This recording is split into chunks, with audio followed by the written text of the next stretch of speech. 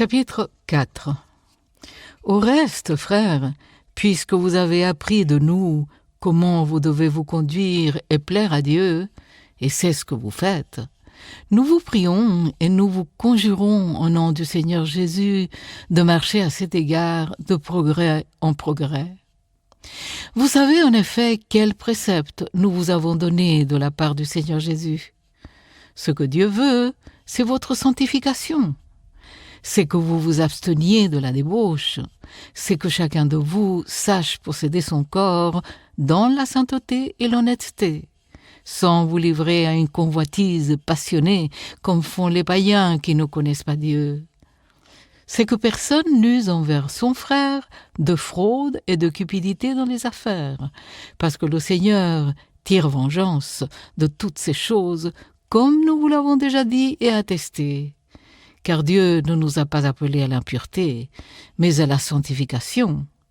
Celui donc qui rejette ses préceptes ne rejette pas un homme, mais Dieu qui vous a aussi donné le Saint-Esprit. Pour ce qui est de l'amour fraternel, vous n'avez pas besoin qu'on vous en écrive, car vous avez vous-même appris de Dieu à vous aimer les uns les autres, et c'est aussi ce que vous faites envers tous les frères dans la Macédoine entière. Mais nous vous exhortons, frères, à abonder toujours plus dans cet amour et à mettre votre honneur à vivre tranquille, à vous occuper de vos propres affaires et à travailler de vos mains, comme nous vous l'avons recommandé, en sorte que vous vous conduisiez honnêtement vers ceux du dehors et que vous n'ayez besoin de personne.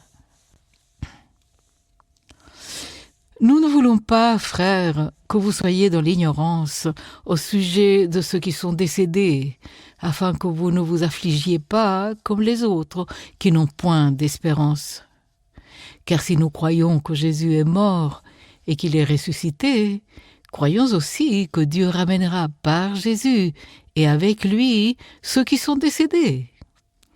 Voici en effet ce que nous vous déclarons d'après la parole du Seigneur.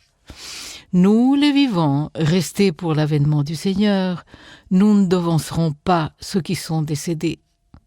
Car le Seigneur lui-même a un signal donné, à la voix d'un archange et au son de la trompette de Dieu, descendra du ciel, et les morts en Christ ressusciteront premièrement.